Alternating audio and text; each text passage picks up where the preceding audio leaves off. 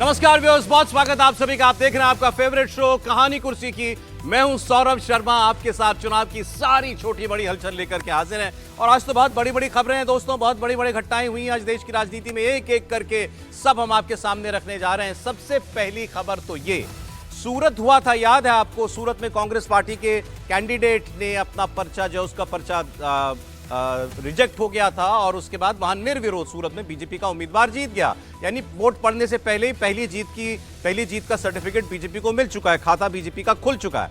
अब दूसरा ऐसा एक होता हुआ हमको दिखाई दे रहा है मामला, और यह हो रहा है मध्य प्रदेश के इंदौर में। जी हां, इंदौर से कांग्रेस के उम्मीदवार जिनका नाम है अक्षय कांति बम, इन्होंने मैदान छोड़ दिया दोस्तों। इन्होंने बीजेपी विधायक रमेश बिंदोला के साथ कलेक्टर कार्यालय जाकर अपना नॉमिनेशन वापस ले लिया है। कलेक्टर कार्यालय में नॉमिनेशन वापस लेने के बाद अक्षय कांति बम अब सीधे पहुंच गए बीजेपी दफ्तर। सोचिए कितना जल्दी पलटा सब कुछ, यहां नॉमिनेशन वापस और वहां भाजपा की सदस्यता लेने के लिए तैयार।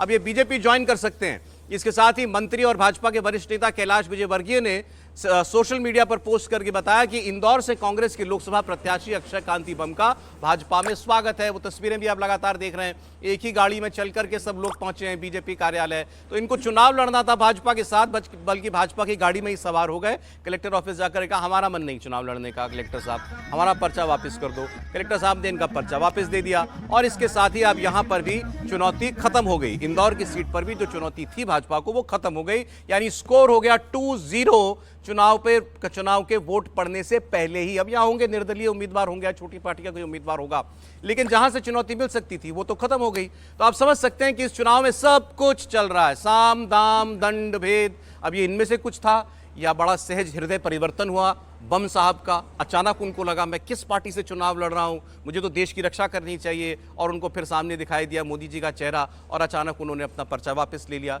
इसकी भी हम लोग बात करेंगे, लेकिन बड़ी खबर थी। और कांग्रेस पार्टी में आप देखिए ना क्या कुछ चल रहा है। पहले सूरत में ऐसे ही होता है, कल दिल्ली के प्रदेश अध्यक्ष ने इस्तीफा दे दिया अपने पद से, कह करके कि यहाँ पर उसी पार्टी के साथ हमको चुनाव लड़वा रहे हो जो हमको गाली देती है रोज सुबह शाम बिना पानी पिए। तो कांग्रेस पार्टी के दिन अच्छे नहीं चल रहे हैं। ये हुई पहली खबर। अब मैं आपको दूसरी खबर पर लेकर के जाता हूं। हाँ, गृह मंत्री अमित शाह ने एक बड़ा दावा किया है। उन्होंने कहा 190 सीटों पर देश में वोट पड़ गए और इन 190 सीटों में भाजपा की सेंचुरी लग चुकी है। मतलब हम जीत में 100 के पार ऑलरेडी पहुंच चुके हैं, जब केवल 2 फेज का इलेक्शन हुआ है। तो क्या वाकई में भारतीय जनता पार्टी ने इतना अच्छा चुनाव लड़ लिया इन 2 फेज में? इसमें तो चर्चा यही चल रही थी भाई वोट नहीं पड़ रहा है, वोटिंग परसेंटेज डाउन हो गई है। इंडिया गठबंधन वालों ने कहा कि भाजपा का वोटर बाहर नहीं निकला, एक साइलेंट लहर है मोदी जी के खिलाफ, उनको पता पल चुका है, इसीलिए हिंदू मुसलमान कर रहे हैं। तो फिर आखिर अमित शाह के इस दावे में कितना दम? ये आज मैं आपको पहले और सेकंड फेज में जितनी सीटों पर वोटिंग हुई है, जितनी सीटों पर, उन सब का रिकॉर्ड हम लेकर के आए हैं। और अमित शाह का जो दावा है इसके आज हम परख करेंगे कि क्या वाकई में ये जो कह रहे हैं कि 190 में 100 पार हो गए, ये वाकई दिखाई दे रहा है जमीन पर या नहीं दिखाई दे रहा है। अमित शाह जी का बयान मैं आपको सुनाऊं उससे पहले मेहमानों से आपको मिलवा देता हूं। हर्षवर्धन त्रिपाठी जी रोज की तरह हमारे सेट पर है, स्वागत हर्ष जी आपका। राहुल महाजन जी हमारे साथ है, राहुल साहब स्वागत आपका। प्रोफेसर संगीत रागी जी हमारे साथ, प्रोफेसर साहब स्वागत आपका भी। और समीर चौगांवकर साहब हमारे साथ है, समीर जी आपका बहुत स्वागत है। पहले एक कॉमेंट जरा इंदौर पर हो जाए, क्या हो रहा है इंदौर में राहुल जी?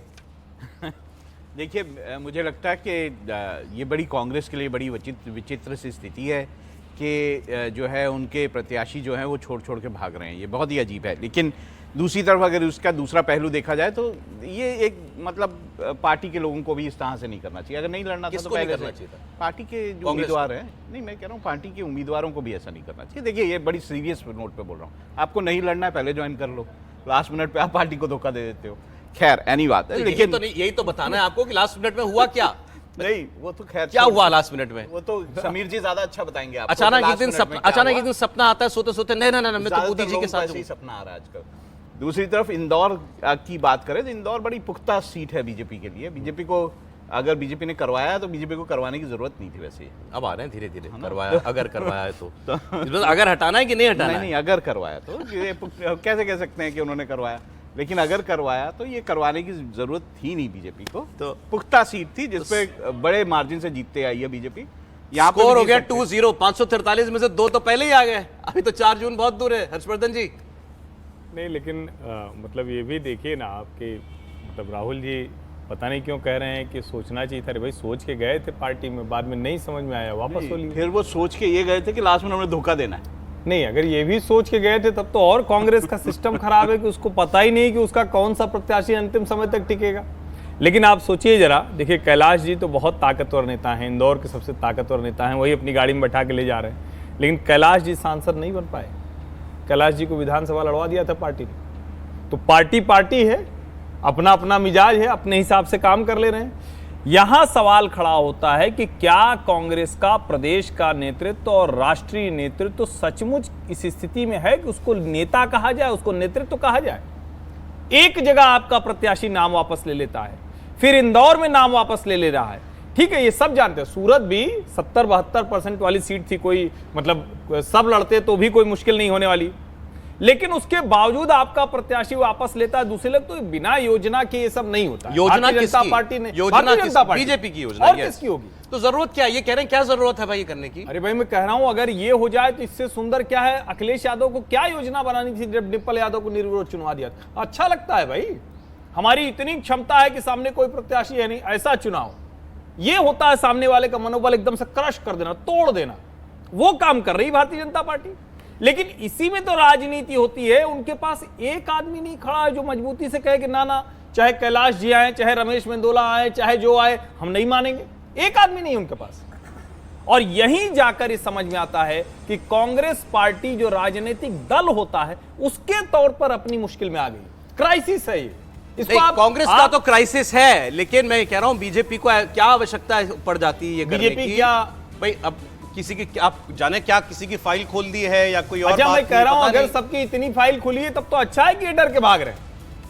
नहीं हम तो फिर चोरी भी करेंगे। फिर तो फाइल खुलनी चाहिए ना, फिर तो फाइल जनता को पता होनी चाहिए। कह रहा हूं ना, देखिए फाइल खुलने में दिक्कत यही है ना कि जनता तो जनता तो बारंबार ठगी जाती है। मैं तो बार बार कहता हूं, कभी थोड़ा कम, कभी थोड़ा ज्यादा। कभी हो सकता है जिसकी फाइल खुलनी है वही आपका नेता हो, कभी फाइल वाला चुप होकर शांत होकर घर में बैठा है। ये दोनों फर्क हो सकता है। ठीक है, मेरा कहना है कि ठीक है, अक्षय कांति बम, पता नहीं तो नाम क्या कि बम काहे को लगाया है, बम। फटना भी फट नहीं गए, आता। और फट नहीं, गए। कहां फटे बम? होते तो फटते सामने वाले पे तो आत्मघाती टाइप हो गए, सुसाइडल हो गया। ठीक। अरे सूरत वाला जो कैंडिडेट था कांग्रेस का जो वापस हो गया, वो तो चलिए पुराना भाजपा ही था। इनकी हिस्ट्री क्या है इंदौर वालों की? देखिए मैं बता रहा हूँ उसके पीछे सबसे बड़ा कारण क्या रहा है। नाम वापसी के पीछे बड़ी भूमिका निभाई है संजय शुक्ला ने। अब आप पूछोगे संजय शुक्ला कौन है? संजय शुक्ला वो है जो कैलाश विजयवर्गीय के खिलाफ विधानसभा चुनाव लड़े थे क्रमांक 1 से, और 2017 में वही इंदौर से एकमात्र विधायक थे कांग्रेस से जो जीतकर आए थे, जिनके पास 200 करोड़ की घोषित संपत्ति है, बड़े प्रॉपर्टी का व्यवसाय करते हैं। और राहुल गांधी जब अभी यात्रा लेके निकले थे मध्य प्रदेश में, तो उसकी सारी खर्चा उन्होंने जब पहली यात्रा की थी, सब पूरा खर्चा संजय शुक्ला ने किया था। मध्य प्रदेश के चुनाव की फंडिंग भी उन्होंने कमलनाथ से ज्यादा कांग्रेस के लिए की थी। चुनाव हारे कैलाश विजयवर्गीय से 50,000 से, कैलाश विजयवर्गीय उन्हें भारतीय जनता पार्टी में लेकर आए।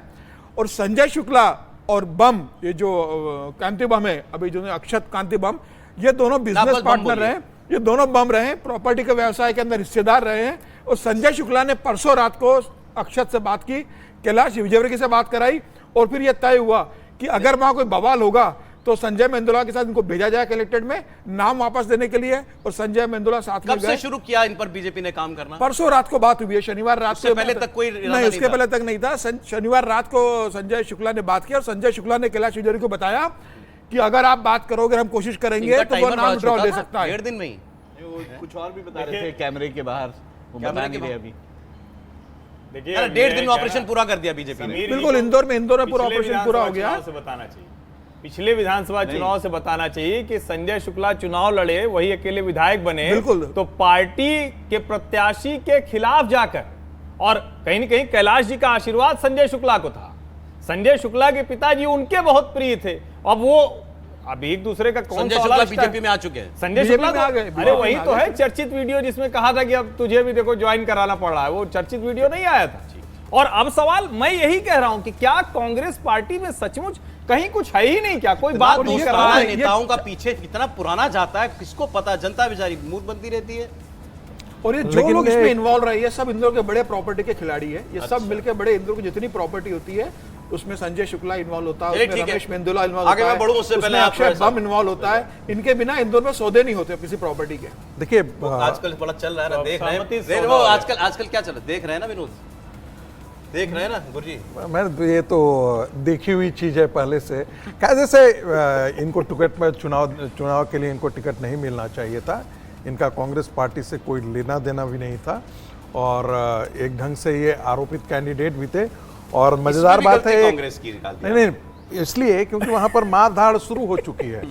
वहां पर कांग्रेस के प्रवक्ता पब्लिकली जाकर के ये कहना शुरू कर दिए हैं कि जो पार्टी के राष्ट्र प्रदेश अध्यक्ष हैं उनको इस पर इस्तीफा देना चाहिए, पार्टी के जो प्रदेश अध्यक्ष हैं उनको इसके लिए अकाउंटेबल किया जाना चाहिए। ऐसे व्यक्ति को जिसके कांग्रेस के प्रति कोई निष्ठा ही नहीं थी, आपने ला करके क्यों ऐसा आदमी जो जिसके जो पैसे के लिए तो पैसा तो था उसके पास, लेकिन जो अंदर से भारतीय जनता पार्टी के साथ मिला हुआ था, ऐसे कैंडिडेट को वहां से इंदौर की सीट से आपको देना ही नहीं चाहिए था।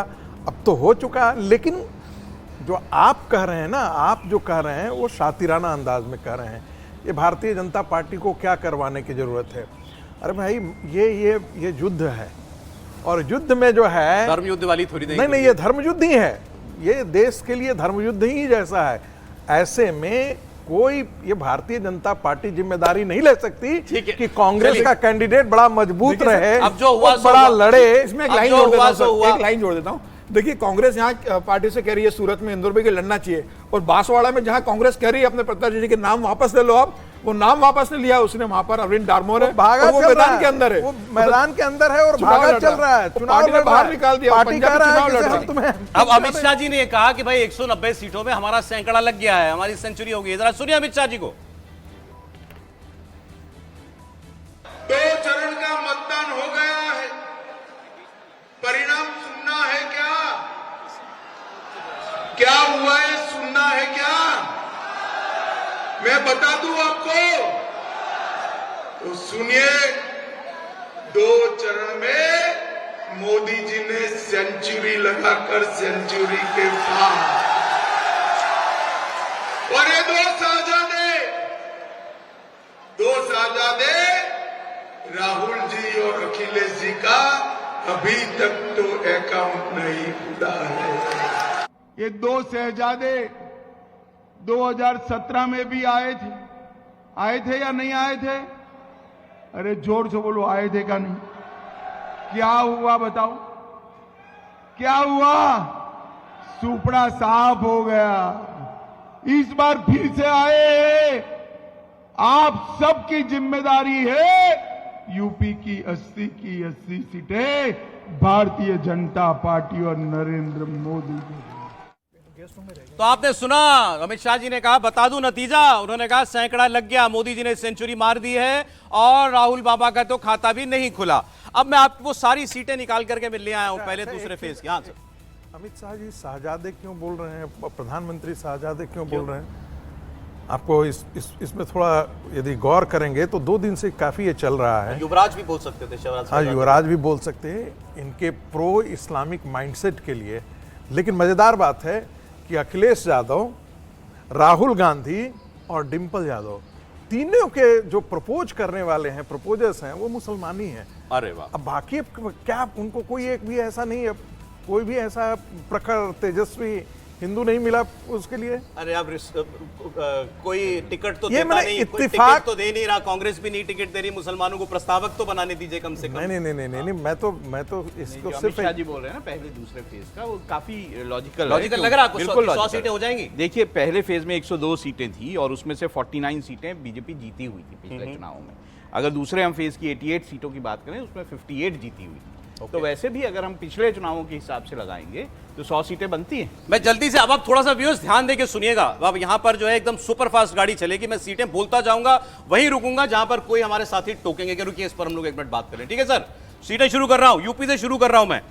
संभल, फतेहपुर सीकरी, बदायूं, हाथरस, फिरोजाबाद, मैनपुरी, एटा, यहां तक कोई दिक्कत किसी भी सीट में? संभल में दिक्कत, संभल में दिक्कत है, मैं टिक कर ले रहा हूं। संभल बताइए। मैनपुरी दोनों, संभल मैनपुरी में भी दिक्कत है। बिल्कुल, संभल मैनपुरी दोनों। संभल और दोनों सीटें भाजपा की नहीं थी। क्या हो रहा है यहाँ? मुश्किल है। संभल में वैसे भी एक सहानुभूति का भी फैक्टर है।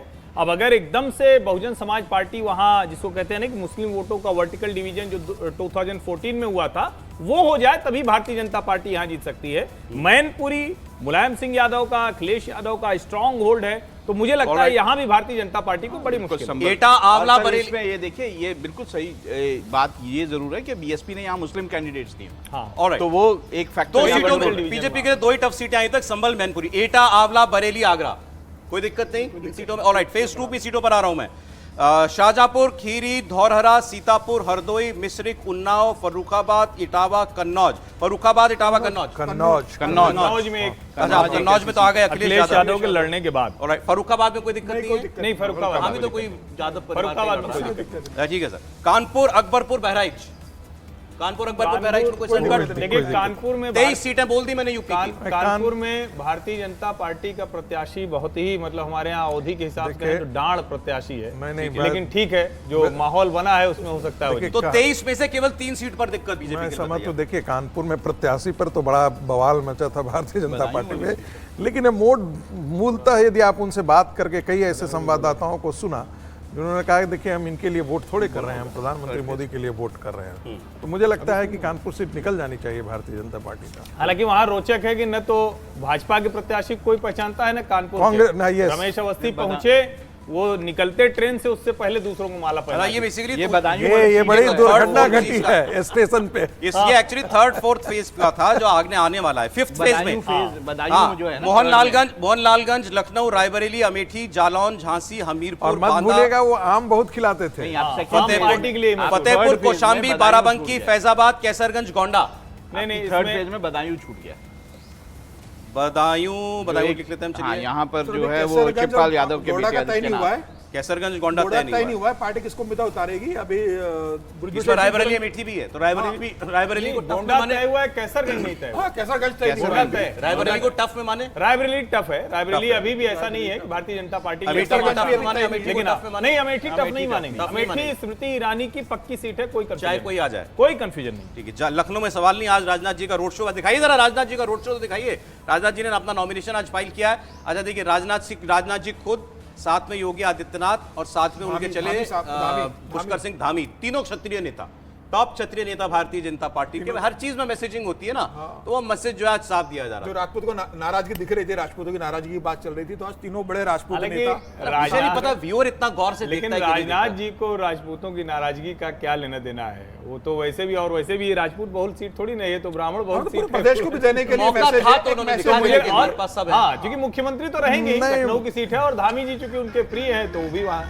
तो आप लोगों के हिसाब से तीसरे, चौथे, पांचवें चरण तक अभी तक आपने केवल कन्नौज, मैनपुरी, आंवला और अमेठी 4 सीट बताई हमको जो थोड़ी टफ बताई। मैंने बदायूं भी एक कहा। Budaun, 5 seat 3rd 4th 5th phase में।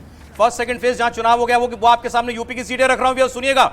दिक्कत जहां हो मुझे बताइएगा जरा। सहारनपुर, कैराना, बिजनौर, नगीना, रामपुर, मुजफ्फरनगर, मुरादाबाद, पीलीभीत, कहीं कोई संकट? कैराना में मुश्किल है भारतीय जनता पार्टी की। कैराना टफ है कैराना टफ। जी। और कोई मानते हैं आप कोई और सीट तो बताइएगा। नहीं। अमरोहा, मथुरा, बुलंदशहर, मेरठ, बागपत, गौतम बुद्ध नगर, गाजियाबाद, अलीगढ़। मुझे लगता है मेरठ जो एक सीट है जिसमें आप देखना पड़ेगा कि क्या होगा। कॉन्टेस्ट मान रहे हैं यहाँ पे? बिल्कुल मान। ओके, ठीक है। कॉन्टेस्ट तो है, बट एज है भारतीय जनता पार्टी का, मुश्किल नहीं लग रहा है आज के दिन में। तो कोई दिक्कत इन दोनों से आपको भी नहीं लग रही? फेज अब देखिए, उत्तर प्रदेश का फर्स्ट फेज जो है वो हमने आपको दिखा दिया है। फर्स्ट फेज की 8 सीटें, सेकंड फेज की भी 8 सीटें थी। इनमें से 16 सीटों में केवल 2 पर भारतीय जनता पार्टी को दिक्कत दिखाई दे रही है। अब मैं आपको बिहार, राजस्थान और मध्य प्रदेश और कर्नाटक की सीटें जो है वो बताऊंगा। जल्दी से बिहार की कुछ सीटों की हम चर्चा कर रहे हैं। पहले फेज में 4 सीटों पर बिहार में वोटिंग हुई थी, औरंगाबाद, गया, जमुई, नवादा। बताइए, एनडीए या इंडिया? नहीं, ये तो सारी चारों एनडीए NDA के पास रहेगी, सारी। चारों रहेगी। ठीक है। इसमें कोई किशनगंज, कटिहार, पूर्णिया, बांका, भागलपुर। नहीं, इसमें कटिहार दोनों में मुश्किल है कटिहार भारतीय है, जनता पार्टी के लिए। भागलपुर है, पूर्णिया पूर्णिया है, में पूर्णिया भी टफ, भागलपुर भी टफ। बिल्कुल। ये सारी सीटें ऐसी हैं जो चार। बीजेपी के लिए मुश्किल ये सब देखिए, सीमांचल की सीटें, मुस्लिम बहुल देखिए, सीटें। नहीं, लेकिन यहाँ मुझे पर लगता है एक भागलपुर किशनगंज बहुत मुश्किल है। को- किशनगंज और कटिहार दो किशनगंज मुश्किल को सीटें छोड़ दिखती हैं। करके पूर्णिया में किशनगंज और तो, कटिहार, मतलब चुनौती 4 किशनगंज सीटों में पर ये दिक्कत सीमांचल है, कटिहार में थोड़ी सी कॉन्टेस्ट होगा। बाकी सीमांचल की सीटें चारों पूर्णिया सीटें वगैरह में फाइट में दिक्कत नहीं है। है। आप कह सकते हो कि चारों सीटों में फाइट है सीमांचल की। नहीं तो आप टोटल में किशनगंज, कटिहार मान रहे हैं या पूर्णिया, मैं भागलपुर दो- जोड़ना है? पूर्णिया नहीं, भागलपुर किशनगंज में- कटिहार में मान रहा हूँ, ये मैं दोनों तो सीटें वही भाजपा मानता के लिए हूँ, मुश्किल है। किशनगंज और कटिहार। पूर्णिया में भी चलिए, तीन पूर्णिया out of दिक्कत 9। नहीं होगी। यूपी हालांकि- और बिहार की कमाल की बात यह है कि किशनगंज में इस बार AIMIM का प्रत्याशी जीतने की ओर जा रहा है। देखिए, केवल 25 में से 5 सीटों पर यूपी बिहार में फर्स्ट सेकंड फेज में दिक्कत हमारे पैनलिस्ट मान रहे हैं। मतलब 20 सीटें तो पहले दूसरे चरण के यूपी बिहार से केवल थ्रू अभी तक लग रही हैं, अभी तक जो हमको लगा। इसके बाद राजस्थान, एमपी और कर्नाटक की मैं बात करूंगा। व्यूअर्स, जो हम बात कर रहे हैं, अमित शाह ने बोला ना कि पहले 2 चरणों में सैकड़ा पार हो गया है, उसको एक कसौटी पर रख रहे हैं, इसकी बात हम लोग कर रहे हैं। आगे हम लोग बात करेंगे। अचानक से ऐसा लगने लगा है कांग्रेस पार्टी को कि भाई इस चुनाव का सबसे बड़ा मुद्दा तो आरक्षण है। आरक्षण की बात करो कि मोदी आएंगे तो SC ST OBC का आरक्षण छीन लेंगे। आप देखिए कांग्रेस का, इंडिया गठबंधन का छोटे से बड़ा नेता इस वक्त सिर्फ आरक्षण आरक्षण आरक्षण उसी पर बात कर रहा है। फेक वीडियो तक बन गए जिसकी अब जांच बैठा दी गई है। अमित शाह का फेक वीडियो घुमा दिया गया कि हम आरक्षण खत्म कर देंगे, वो फेक था वीडियो। वो अमित शाह ने भी उस पर रिएक्ट किया है। मोदी भी कह रहे हैं मोदी जब तक जिंदा है देश में कोई किसी भाई बहन का आरक्षण नहीं छीन सकता। मतलब उनको भी इस पर रिएक्शन देना पड़ रहा है कि कहीं यह मामला गुरु ना चिपक जाए किसी पर।